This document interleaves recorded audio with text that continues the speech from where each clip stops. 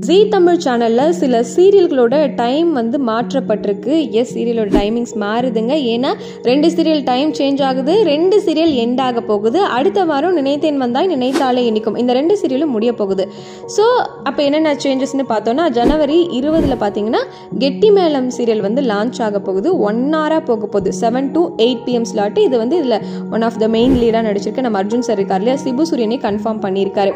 அப்போ 7 o'clock போயிட்டு இருந்த நெஞ்சத்தை கில்லாதே சீரியல் இருக்கு இல்லையா, அதனுடைய டைம் வந்து மாற்றப்படுது. அது வந்து 10 o'clock ஸ்லாட்டுக்கு போயிடுது. 7:30 ஸ்லாட்டுக்கு போயிட்டு இருந்த வள்ளியின் வேலன் சீரியல் 6:30 ஸ்லாட்டுக்கும், 6:30 ஸ்லாட்டில் போயிட்டு இருந்த மாரி சீரியல் 6 o'clock மாறி இருக்குது.